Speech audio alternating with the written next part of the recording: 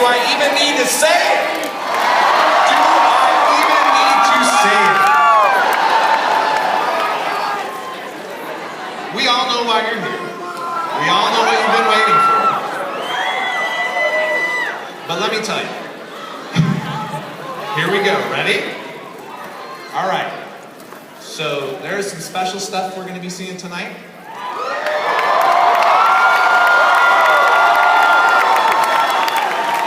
And we would hope that they would feel comfortable bringing more special stuff in the years to come, correct? So with that, I have to remind you all, and this is very critical because we want them to come back. Let's not record any footage or anything that you might see on the screen. When that happens, please put your phones, your cameras, and that includes all the cameramen out there. Everyone, put that stuff down. So we know, no. If they show footage, let's put that down because we want them to feel comfortable to keep coming. And I know we want to continue to see more Star Wars stuff, yes? So let's work with them. Let's make that happen. And with that, let's get right into it. At this time, it is my pleasure to introduce the moderator, Chris Hardwick.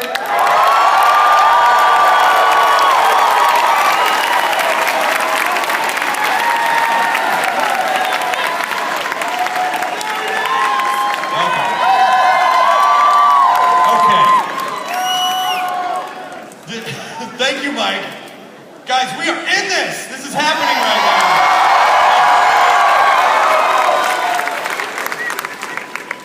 This is the Star Wars, the Force Awakens panel. I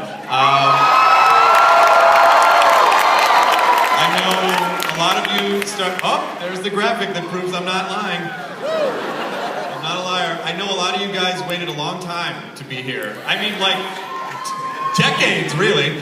And so I'm also here to tell you that you're not going to be disappointed.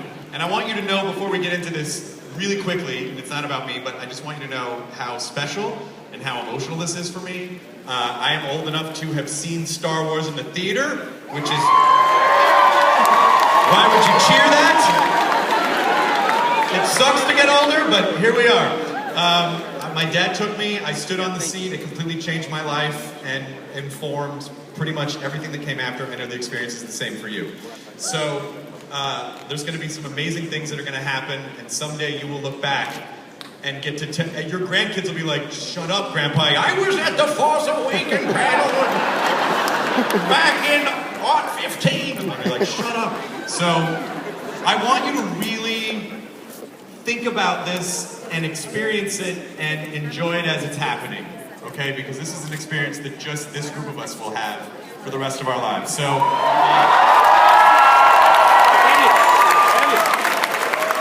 with that, excuse me, there's no pictures, no videoing, no cameras. Introduce and no bring cameras. out to the stage Kathleen Kennedy, a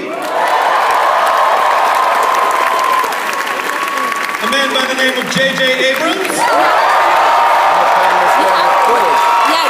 You can't record, you can't take pictures.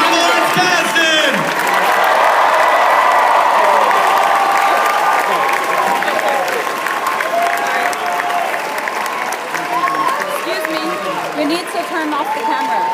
No recording. Why? I'm supposed to be in the medication and it's They can take pictures of the panel, just not but they can't record the entire panel. Oh, did you get the donuts? The donuts and the coffee.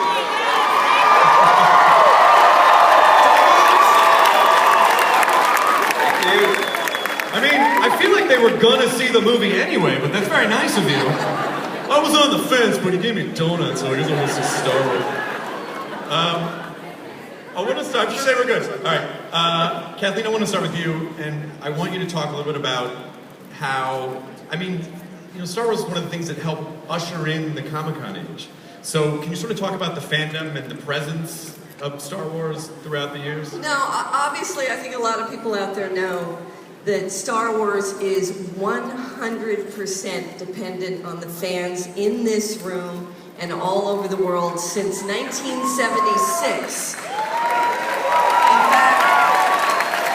fact, when the movie was ready to come out, it was really the fans that built the momentum around the release of New Hope. So we are right back in full circle And we want to say thank you to all of you. Okay. Are you recording the entire panel? No, just Okay, you're with Jonah, right? Yeah. Still Okay. a handful of months Because you can't record that. out, I know, being I able know. to see this. Are you freaking out? Where are you in production? What point? We're editing. We have a cut of the movie. We're in this extraordinary moment where we're doing fine tuning, and I say extraordinary because in this business, a lot of times there are release dates before there are scripts, and to have the time and to have Disney give us the time to do it right is not a small thing. And so we're working hard to make the movie more of what it wants to be. Great. Mr. Kasdan? Yes. Welcome, by the way. I don't think you've been to a Comic-Con before, have you?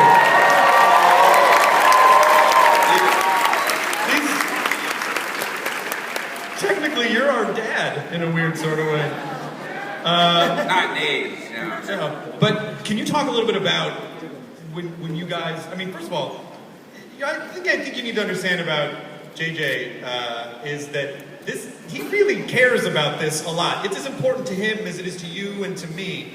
And so I want to talk about the experience of you guys coming together, you bringing in Legacy Star Wars, and then JJ, you taking on the responsibility of meeting together and figuring out how to bring new characters into the universe. Yeah, well, the guy that brought me in is the genius that brings us all here. Was George Lucas. He was absolute breakthrough monster genius, and none of us would be here if it weren't for him. And he called me and said, "Will you do this for me?" And we started to do Empire Strikes Back, and then we did Return of the Jedi, and then 30 years passed, and those movies just like never went out of my life or my consciousness. And then a call came again and said, "Will you come back and meet these characters again 30 years later?" So there wasn't even any disjunction between my life and this timeline. And when we got JJ to say he would do that, I went berserk. Because In a bad way. In a bad way. I thought he was the funniest, most talented, most perfect choice for this movie. And then he and I wound up spending a year walking around, writing, figuring it out, and it's been a total gas. JJ, how do you push the fandom out of the way to focus on the work when you're working with Larry? I mean, Star Wars is, like you said, it's something that is so deeply ingrained and so important to so many people. You know, I asked my mom to make me a Jawa costume for my 13th Halloween, and I did the eyes, but she did the costume, and it was great. And I've been a fan since I was a little kid, and there is nothing normal about getting to write a movie with Lawrence Kasdan. There's nothing normal about getting to work with Kathleen Kennedy or to direct a Star Wars movie. I mean, I've sat down with John Williams to show him scenes from a Star Wars movie he hadn't seen yet, that I directed. There's nothing normal about any of what's been happening, including this moment. And by the way, you guys look awesome, and thank you for waiting so long to be here. It's really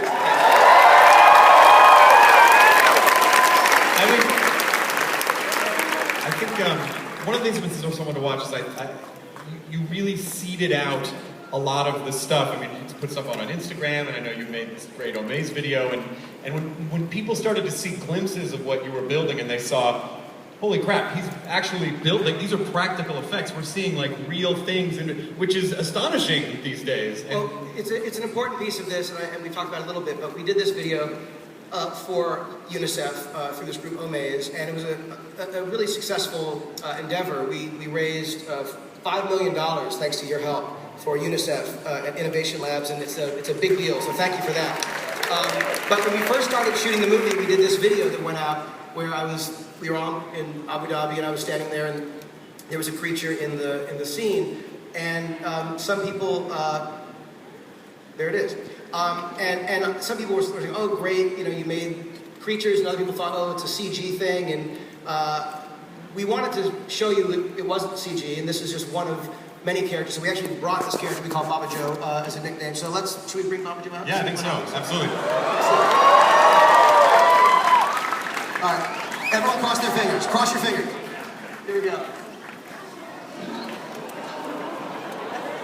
Daniel, look. All right, so This character, here he comes. Amazing.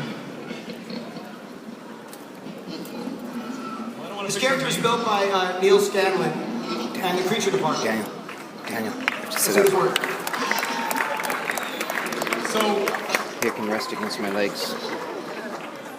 Okay, yeah, Neil Scanlon. These guys have done an unbelievable job, as you can see. We're gonna hope that he does not fall off the stage here, so I'm just kind of. I'm keeping an eye on him, and I will give my life to save him. Yeah, Babajo's a little slow, so we're just gonna give him So, How's it going? Good to see you. Hi, how are you? Hello, how are you doing? Don't eat that, don't eat that. So, this is one of hundreds of creatures that they built for this film. And what's amazing is seeing the people who operate these things. And the real benefit of having creatures like this, you can see that character right there. You know, there are 5 people who are operating that creature. And a lot of these creatures are background creatures. They're not even the main event. But what's so cool about them is it gives the actors who are in scenes things to actually deal with, interact with, play with, respond to. It also helps even things like light, the way light reflects on the set and on the characters. So it's a big deal. All these characters, these creatures you're seeing. No, and it's amazing too, because even though we decided not to use CG, the robotic technology is really advanced, as you can see. well, yeah, I mean, and especially.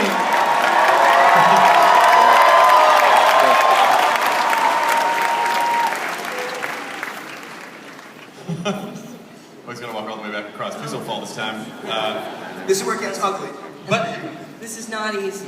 for anyone who grew up with the original Star Wars, and it was part of the charm of the movie, was being able to see these characters look as though they had come to life. And I think CG certainly has its place, but seeing a practical effect, I mean, even seeing him wiggle his nose in that way, it does something emotionally that reminds us of the first time we saw Star Wars. And the friends. And the little friends along the side. And there you go. Uh-oh. Okay, oh, you rested. God.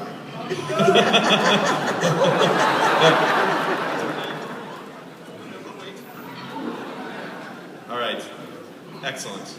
And you said this was Neil Scanlon? Yeah, Neil Scanlon and his team, the most amazing creature shot. Fine. And there he goes. All right, and there we go. Huge hand for Babajo.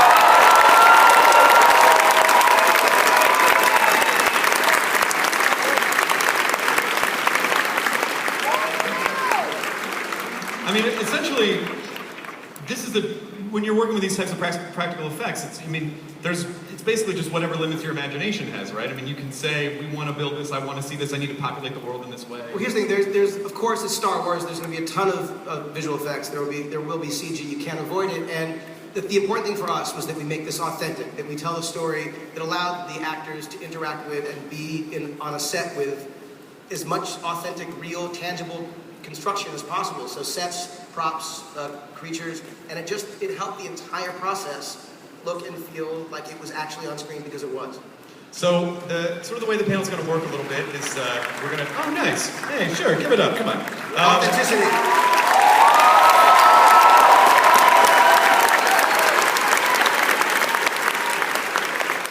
We're going to take questions sort of throughout the panel so that everyone can sort of focus a little bit. So let's go and take a couple questions for Larry and JJ and Kathleen. This first, hello. What's your name? I don't know. Yeah, I know it's Batman. Okay, that was a dumb question. Yeah. What's your real name? Batman. Yeah. Okay, that's what I thought. So, Mr. Batman, what is your question? My question is for J.J. Abrams. And it is, what influences did you take, what amalgam of concepts did you draw upon to make this film? Whether it be the comics, video games, even other movies. First of all, way to commit. That was amazing. I'm very proud that you got through that whole thing as Batman. JJ? I couldn't really understand you. No. What he said was, First of all, awesome costume and great question. What I think, and Larry, you could answer this, as well. I mean, we tried to sit down and ask ourselves what feels right, and the only real mandate we had was what delights us. It doesn't mean it has to be fun all the time and sort of ever silly, but it means it has to be compelling. And obviously, we treated the films, 4, 5, and 6. Especially because those were things that for me were the films I grew up with. We treated those as canon. And by the way, that Larry wrote, it's insane. To ask to be writing a Star Wars script with Larry Kasdan, it's like, what would Han say? I'll tell you what Han would say. I know what Han. I know what Han sounds like. That's a perfect impersonation of Larry Kasdan. When we were, obviously he can't do me at all. But we won't mention that. When we talked about delay, we were talking about as something as simple as the texture of a wall. The fact that a person casts a shadow, a creature casts a shadow as he comes through the room. That you can feel that those are real weapons and those are real stormtroopers back there. There was a happy moment. We were writing very fast, we were writing really hard, and in 1 month we were walking around Santa Monica figuring out the story, and just a couple months later we're sitting in the bay of a Star Destroyer with stormtroopers drilling in front of us, and still writing, of course, and it was all real. It was all real, and we said, well, we got that part right. We got that part right. The answer was, Batman, that we wanted to tell a story that would make us feel, and that would be something that would feel like the continuum of the incredible story that George started.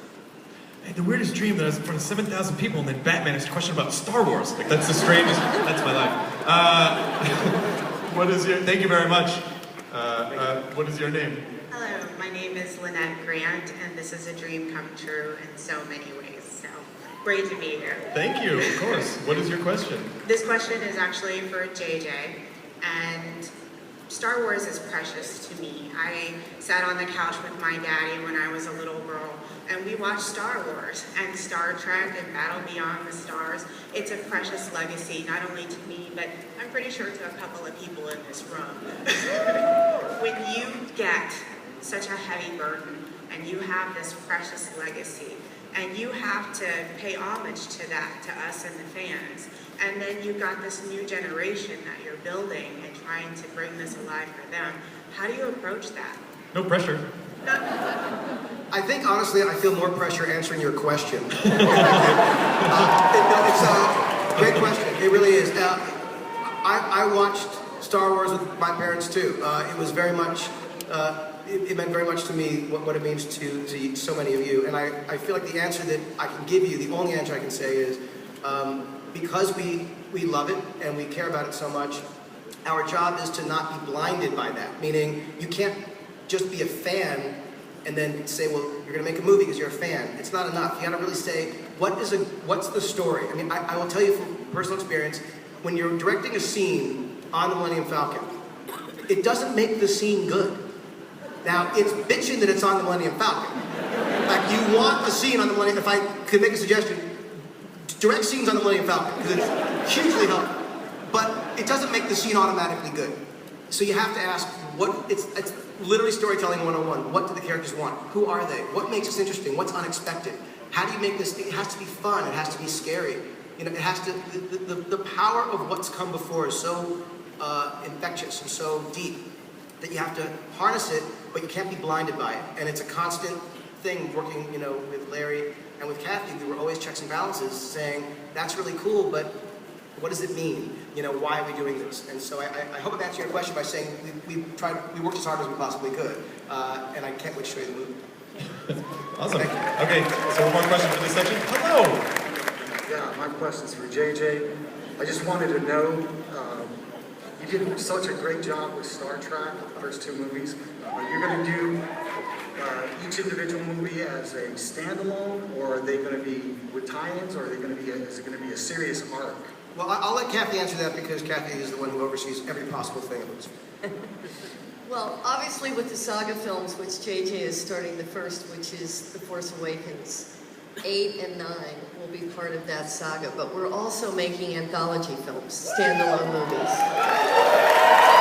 And Gareth Edwards actually starts shooting in about 3 weeks. So the first one will go into production very soon. Excellent, thank you very much. So, obviously, you had made a brief statement a handful of days ago, to just sort of let people know, like, you know, we're not really ready to show footage yet, but is there anything that you could? I mean, Yes. Now here's the thing. The truth is, we aren't ready to show you scenes from the movie or a new trailer, and we really want to wait and do the trailer later in the fall. But we knew that this was too important coming to you who care about this and love this so much, and we wanted to bring something that was as unique and unexpected as we could. We put together a piece that you're going to see that we hoped would bring you into the process a little bit of what it was like to make this movie and get to see some of the people who are doing it. So we have that.